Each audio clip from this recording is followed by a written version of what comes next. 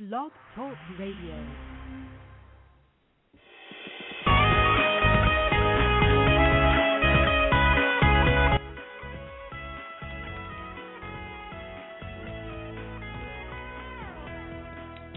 Hello, everyone. I'm Brian Carrington, and you're listening to Call Talk for Wednesday, July 13th. Well, everyone knows that there's no place like home, right? Well, therefore, today's topic is very fitting, the at-home agent.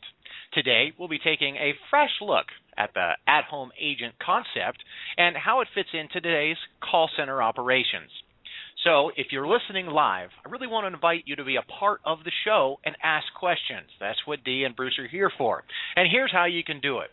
Number one, easy enough, you can email me directly at brian@benchmarkportal.com.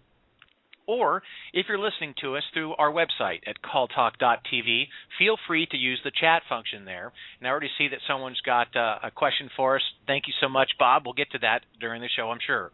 Now, also, if you're listening through the phone and you called in, all you have to do is hit the number 1 on your phone to let me know that you have a question, and I'll get you in. But keep in mind, I'm not going to put you on the air right away. We'll be able to talk off air first and get organized, and then we can go ask the question on air.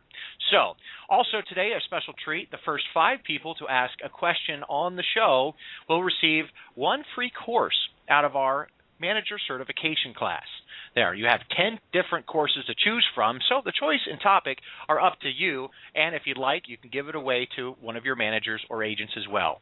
Now, I want to remind everyone that all of our shows are archived and available to listen to at calltalk.tv any time of the day that's convenient for you. So, with that all being said, it is now my pleasure to introduce the host of Call Talk, Bruce Belfiore. Well, thank you very much, Brian, and welcome back to Call Talk, everyone. Today's topic is the at-home agents. It's truly one of the hot topics in the contact center industry. Now, this trend, it's one of those win-win-win situations. There's an extra win in there because if it's handled well, and I underline the word if it's handled well, agents win because they have more flexibility, they don't have to commute, and in fact, they can be located anywhere. Managers win because their recruiting efforts are no longer limited to the immediate employment basin around their bricks-and-mortar center.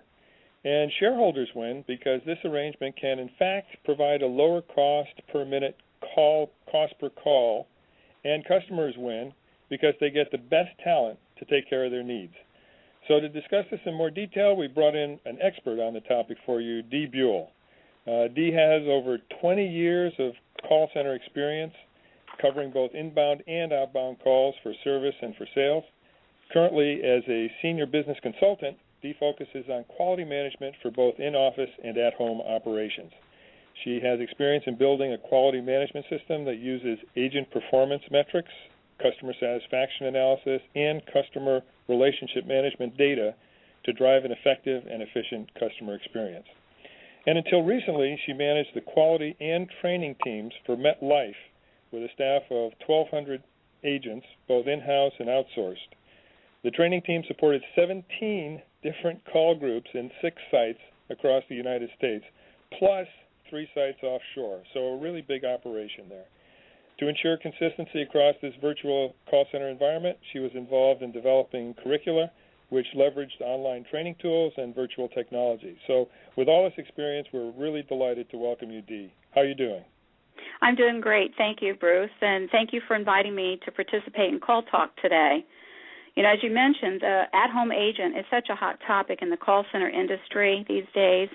I recently attended one of the call center colleges, and there were about 11 different companies represented there, and we had quite a discussion around the home agent, and it just seems to be quite fitting for us to discuss this today.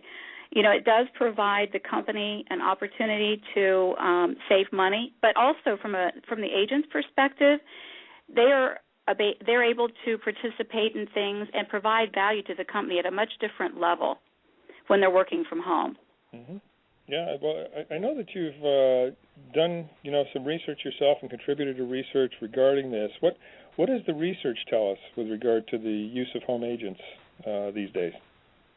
Well, one of the things that I think is very interesting is I just read a report put out by Gartner, and they're stating that in the next 2 years, 1 out of every 10 call center is likely to shift partially, if not all, to home agents. Mm-hmm. And I think that really shows that the industry is embracing the home agent as a viable staffing model that not only helps them save money, but also to provide a customer experience that is quality and one that the customer will be very excited about doing business with them. Yeah, that's a huge number when you think about it. There's depending on who you talk to, somewhere between 45 and 55,000 call centers in the United States. So if we include Canada, that's going to boost things up to the 60,000 range in terms of numbers of call centers. If we're talking 1 out of every 10 are going to be getting into this, now we're not even talking to those folks who've already done a lot of work there. That's a huge number. That's 5,000-6,000 call centers that are going to be shifting partially or completely to home-based agents. That's pretty amazing, isn't it? Yes, it is.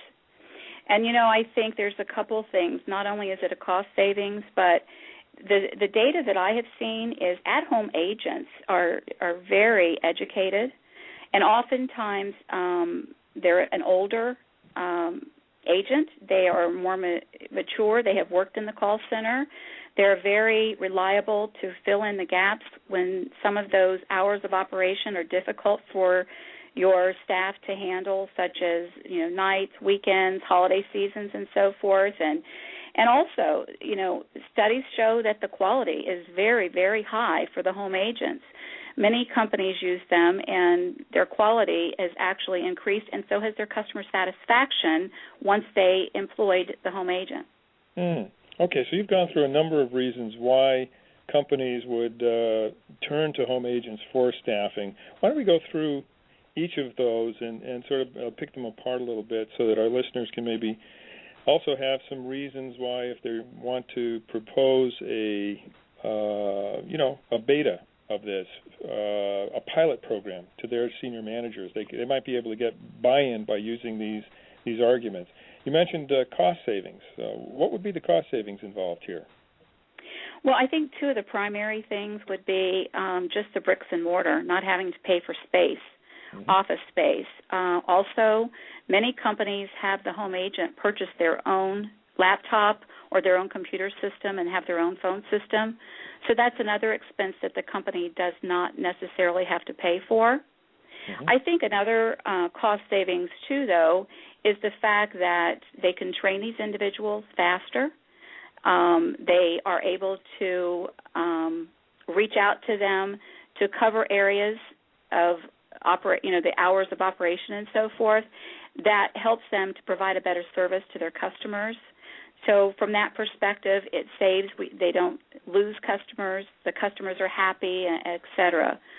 From a cost savings perspective, many companies are reaching out to outsourcers or offshoring, and this has also been seen as a real good alternative to going offshore, but yet still reducing the cost of the individual cost per call. Because in some cases you can actually remunerate people based on the amount of time they are actually on the phone, correct? Yes, it is. Yeah, so there's a couple of different payment models that are there, but one of them is actually paying for the amount of time people are actually talking, and then in many cases you have to sort of assure them of a certain level of volume so that they can, then you can realize that for them it's a viable career as well. Okay. So there's I've actually seen, back on the cost savings, I've actually seen, their IDC is a consulting firm that specializes in at-home agents, and they actually cite that an in-house agent cost is about $31 an hour, and that the remote agent is as low as $21 per hour. So that's quite a substantial savings if that is one of your objectives for your company. Right, and the thing to do there is to do a nice analysis and to try to actually figure out what the savings would be in terms of the space, in terms of the amount that the person costs. And I don't know if you remember this, Dee, but a number of years ago we did a an analysis with C.B. Richard Ellis in which we overlaid our performance database on their demographic database, found that in certain areas where there were a lot of call centers, there were dysfunctions in terms of high turnover rates and also pressure on wages. That is to say, wage rates that were above the norm for the industry. And this is a way of trying to combat that, isn't it? Because yes, it is. Yeah, you're not tied to that employment basin anymore. That's so well. And, many times some of these smaller towns that they have very, very qualified individuals to work, and they can just dial into your switch and take your calls. And as I had said earlier, a lot of times they're much more educated. They may be a parent trying to work when their children are at school. They could be someone that's just supplementing a retirement, and their educational level, their ability to learn very quickly and adapt to technology and so forth is quite appealing when you're looking for an agent to fill your call center and to be able to take calls from your customer. Right. And I can remember talking with Steve Silver, who built the program at Apple for this, actually a very large program, and they were able to find the exact kind of person that you're talking about, well-educated, able to do the technical support, et cetera, and not simply tied to one geographic area. So obviously some real advantages there. What about with regard to hours of operation and business continuity issues? What would you add on that? Well, in my experience in running the call center, oftentimes you have extended hours. Perhaps you have a 24/7 operation, or perhaps it's even from 8 in the morning to 10, 11, 12 at night. And to have a staff in the building handling those calls, you automatically would need to increase your staff to make sure there was availability for breaks, and et cetera. So that's an increase in staff that you would need. Using a home agent, you would not need that. Also, the home agents can be available in the evenings, usually like between 11 at night and 7 in the morning. That's a difficult shift to fill. And, having to have the lights on and everything in a building, it's so much more effective to have someone at home. Also, if you've got hours of operation through holidays, most of your associates probably have holidays that you give them off because they're part of your company. And that customer still needs to be answered. And it's a really good alternative to having to pay all that overtime and so forth for your primary staff to handle those calls. Mm-hmm. Okay. Actually, as far as business continuity, I did want to speak to that as well. I mean, we've had so many storms. This year has been a perfect example. You don't expect some areas to have problems with business continuity, but when you have a storm go through and that there is no power in your area, if you have agents that are located in another area, they can dial in and your customer does not have to be impacted by that.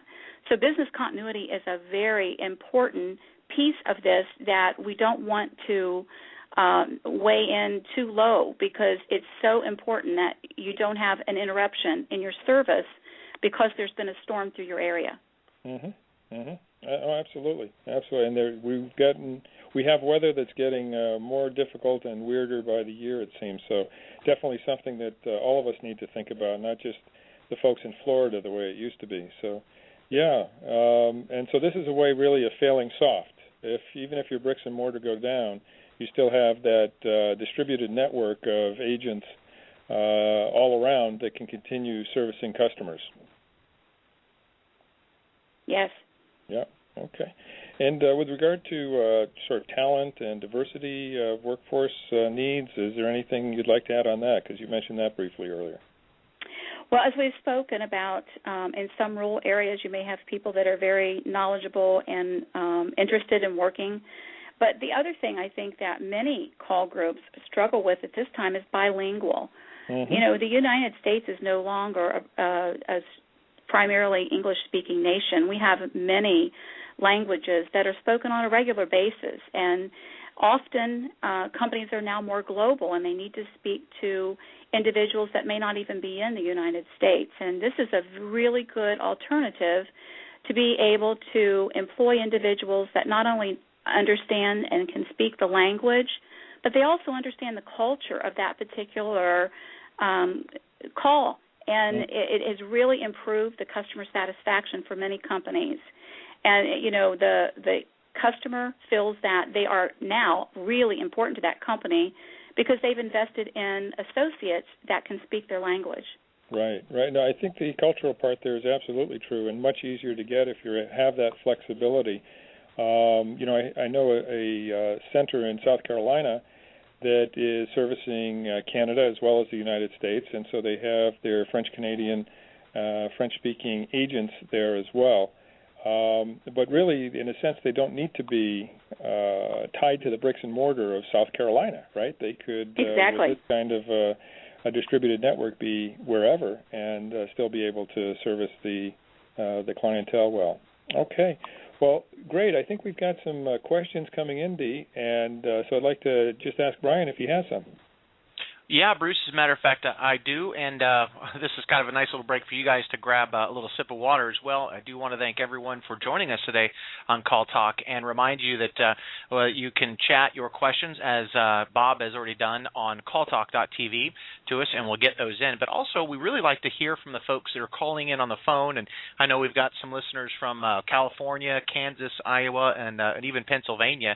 So please, I encourage you to just hit the number 1 on your phone, and we'll talk really quick and get you on air and be able to ask Dee in person and get some advantage from her experience that she's had in the call center business and at-home agent concept. But let's jump into a question now. Again, Bob, thank you so much. And since you asked one of the questions here, I'm going to set you up with one of our free online courses. We can talk about that later when you email me. But a good question, and this is something I'm sure a lot of people probably wonder about. The question is, how significant is the loss of camaraderie and teams for at-home agents? That is a very good question. You know, one of the challenges that you hear about in using home agents is how do you keep that home agent as part of the team? And some of the things that I know my team used, and I hear this often when I'm networking with other companies that use home agents, is you keep them engaged by having your team meetings in a conference room where you can conference them in and they can participate. And always, every call center I've ever been exposed to, you're constantly having contests. Make sure you include them in the contest. And when you announce the winners, dial in. Make sure that they're a part of that. Another thing that has been well received, if you're having a food day, which I've never seen a call center not feed their folks, make sure you don't forget those home agents. Send them a gift card. You know, they can go down to, Starbucks for coffee in the morning, or give them, a sandwich at the local store. But make sure you include them. That makes them feel a part of the team. And by engaging them in some of your quality initiatives, if you have a natural work team that's working on something, make it a point that those home agents are a part of that team, and all of those things put together helps them stay a part of that team. Okay. Did I answer your question? Hopefully. Okay. No, I think those are great inputs, and if there's a follow-up or Bob wants to actually get on the phone, he's welcome to do that. But I think that those are great inputs, Dee, and I think that we're going to see things get even more sophisticated as time goes on.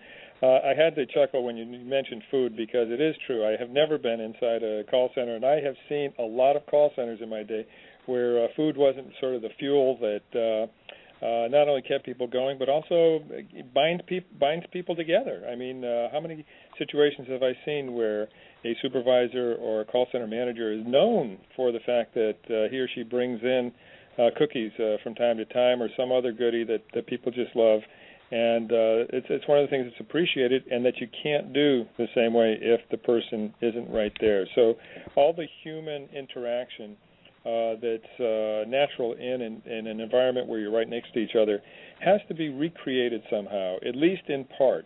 And the aspects that you were just mentioning are all ways to do that, and very important things to think about as managers if we're in fact going to institute an at-home agent system.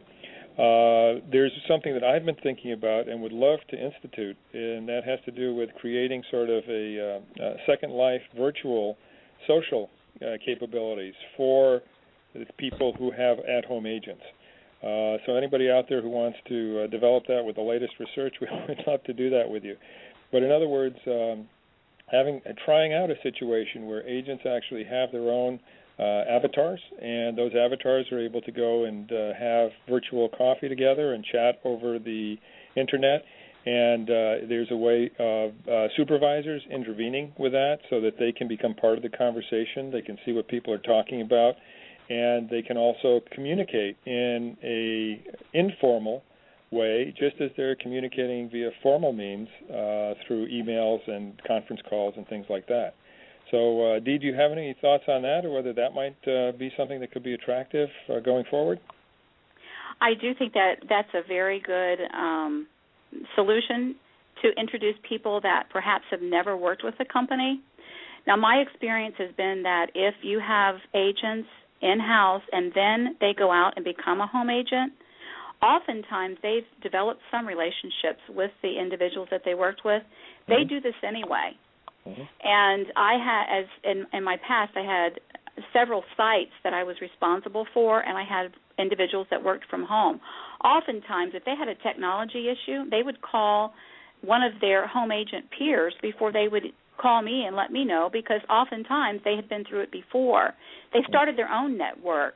They were able to even develop strong friendships to where if they were in the area, they would stop and have lunch or dinner or whatever. So that human relationship is so important. And whether it be with an avatar, whether it be a lot of times with Facebook and different things of that nature, you will find that home agents still enjoy that connectivity, and they will thrive in that environment.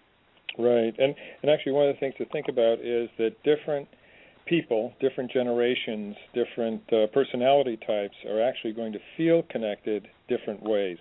And as managers, we need to have the screening tools, but also the managerial creativity to figure out what it is that's going to make different people feel properly connected and properly part of the community.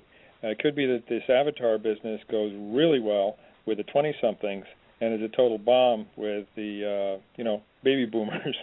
But, you have to be ready to meet people where they are and try to keep them tied in and happy.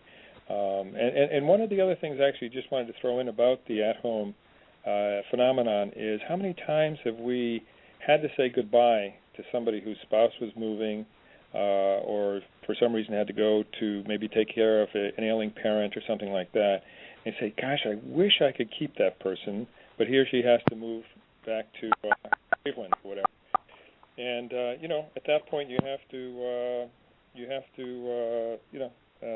let them go if you don't have an at-home agent capability. If you do have that capability, then you don't have to face that problem.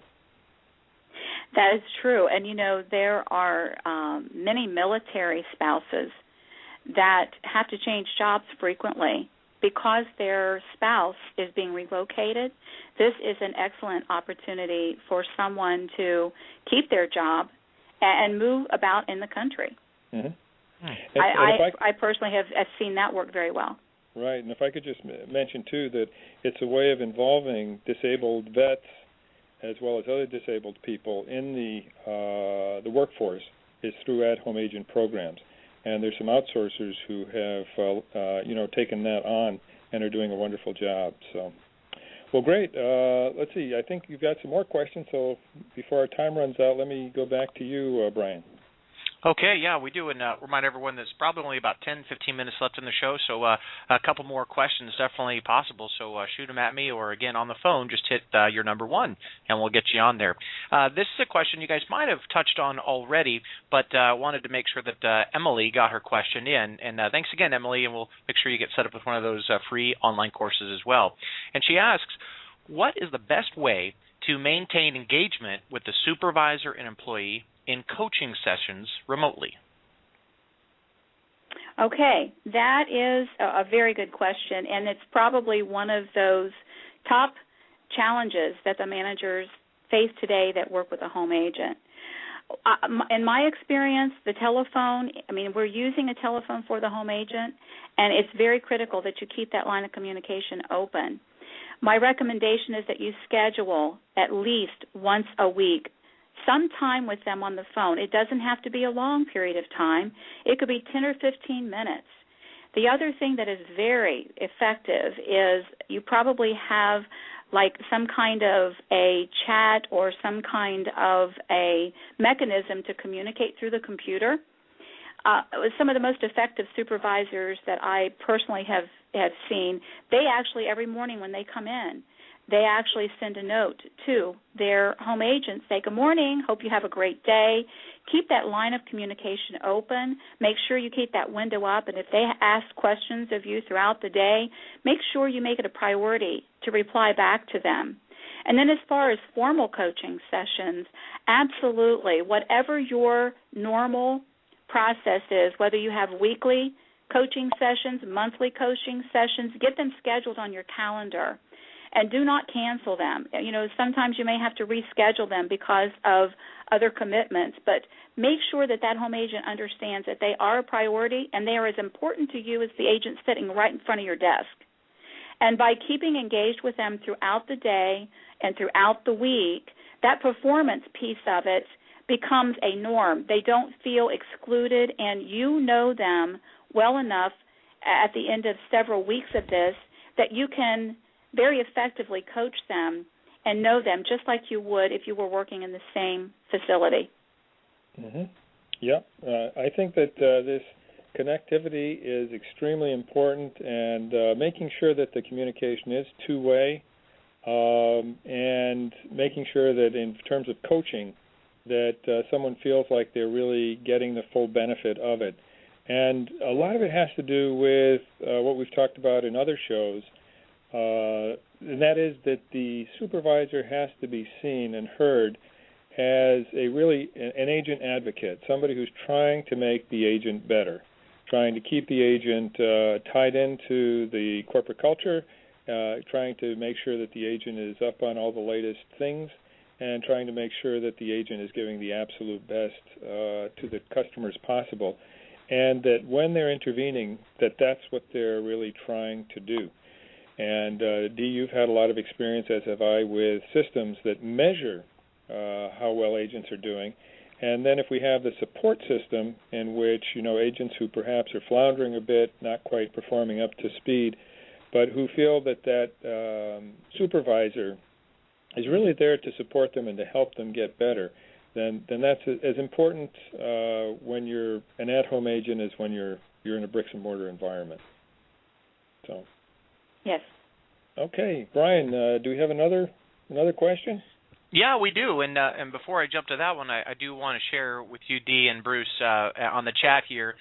Bob replied, Dee, thank you very much for the response that you gave. And then Emily was, woohoo, thanks. And so they both appreciated you guys taking the time to answer their questions. So now the next question came in from into my email from Deborah, and you guys have provided a lot of good insight so far on kind of why or how to really become a home agent. This one might take it to the next level. And Deborah asks, what would you say is the key to a successful home agent staffing model? Okay. I would say that the key to an effective staffing model is to make sure that you have a plan to cover your hours of operation, that your agents have a selection process, that they can go in and they can select the hours that works for them. Or that, sometimes it's just a matter of here's the hours I have, and if you want to work for this company, that, this is the hours that we have available. I think you should always have a plan, a backup plan, because as a company, you want to make sure that if an agent is sick and cannot participate, you always have a backup plan. But I think it's no different than staffing in an in-house operation. You make sure that your staffing model accommodates for breaks, lunches, it accommodates for illnesses, but you do have those individuals that They want to come into work at the time that you have available. Split shifts is very attractive to home agents. Working evenings when, perhaps their spouse is home to care for their children. Some of these hours are very attractive to them, but you don't want to forget that they have things that come up the same as someone that comes into the office. And make sure you have an effective backup plan to support the phones when something goes awry. Mm-hmm. Absolutely. And so, in fact, even if the at-home model to a certain extent is your number one backup plan, you need to have a backup plan for the backup plan. Exactly. Yes. Okay. Very good. Yeah. And, what about on the technology side, Dee? What are your thoughts on technology with regard to people saying, I'd like to set up a pilot program, but do I have the technology that will allow me to do this? That's a very good question, Bruce. And I think depending on the technology that you have in your operation, it's very important that you engage your technology team with you. And one of the things that is very important, if you have a traditional phone system, chances are you're going to be able to employ home agents that are within perhaps a 50-mile radius of your facility. Mm-hmm. But if there are some technology that will allow it beyond that, you can have them any place in the United States. And one of the things that I've seen in the past is the expense involved in employing someone that may not be within a close proximity to your home.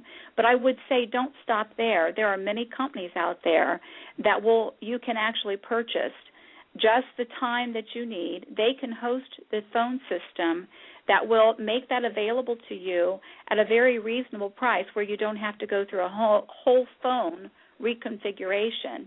Mm-hmm. So I would say look at what you have today, identify the gaps you might have in the way you want to employ a home agent. If it doesn't meet those needs, then seek out companies that may be able to fulfill those needs at a very cost-effective price so that it will complement your home agent program. Okay, perfect. A great answer. And these days with the increased availability of distributed hosted systems, there are more and more opportunities to get the right technology at a reasonable price. Brian, I guess we have Emily has another question. That's great. Yeah, as a matter of fact, it is kind of building on what you're talking about from the technology standpoint, but taking it another direction is more about tax structure. And so let me get her on the line real quick, and she wanted to ask you guys in person. Emily, can you hear us? I can hear you. Great. Well, thank you, and welcome to the show. Go ahead with your question. Okay, my question stems from the out-of-state issue. You were talking about letting military and that kind of thing move from state to state and work for the company. Right now I've got a small call center of less than 100 agents, and they're based all in the same state as our company.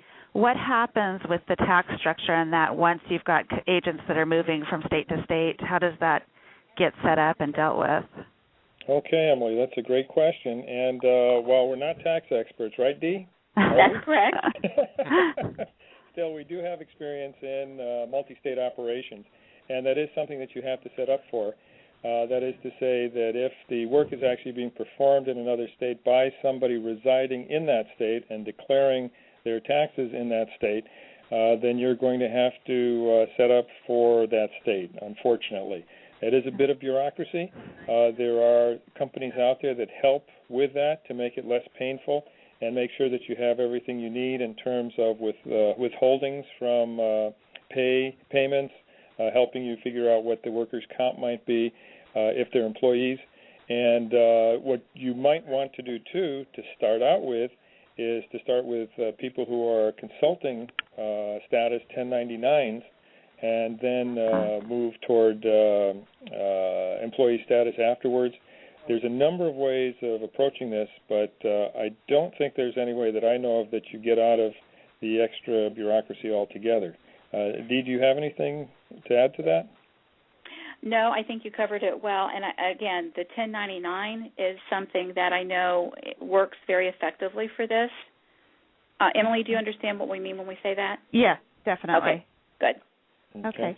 And so the 1099 would take away the need for the worker comp component, and right. They would have more responsibility to sort of square up with their own state if you aren't there. But the fact that you have a quote-unquote presence in that state may have an impact.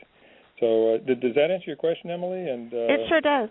Yeah, and are you in a big state that has quite a bit of opportunity even outside of your brick and mortar location, or we do? We're based out of Las Vegas, actually. I see. Okay, so there would be a definite sort of tendency to try to move beyond the state borders because you're right there on the border, aren't you? Definitely. Yeah. Okay. Well, thank you very much for taking my question. Well, good, and good luck with your pilot. Are you thinking of doing that soon? I think so. Okay. All right. Good. Thank you. All right. Bye-bye. Okay, great. Well, Brian, I think we're at the end of our. Actually, we're more than at the end of our half hour. Is there any other questions that we should handle, or are we ready to say thank you to our listeners and to Dee? No, right at this point, I think we're probably ready to wrap things up. Okay. Well, listen, thank you very much, Dee. This has been great. I really enjoyed talking with you and the insights that you have on this. And I'd like to thank also our listeners and those who participated in this session. And over to you, Brian. All right. Well, thanks again, Bruce. Appreciate all your insight as well. And Dee, really nice to have you on our show, and hopefully we can get you back on here again. A lot of good discussion today. So I do want to congratulate our winners. We've got Bob, Emily, and Deborah were the winners today, and so just make sure you contact me, and I'd be happy to set you up with one of our courses that you can take online or you can share with others as well. So my email is brian@benchmarkportal.com. So, of course, want to thank everyone for listening in, and be sure to join us next month on August 17th when we are going to take a really good look at IVRs from agent to the IVR process and then everything in between and how we can try to pave a smooth road between the two. So don't forget also to sign up for one of our free reality check benchmark reports and get an idea of how your center compares to others in the industry.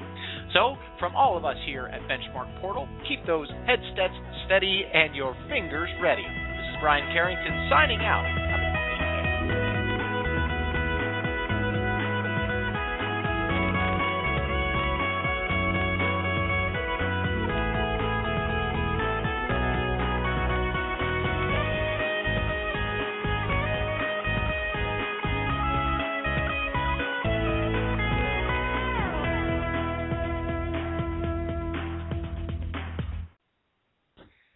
That's a wrap. Thanks, everybody. Take care.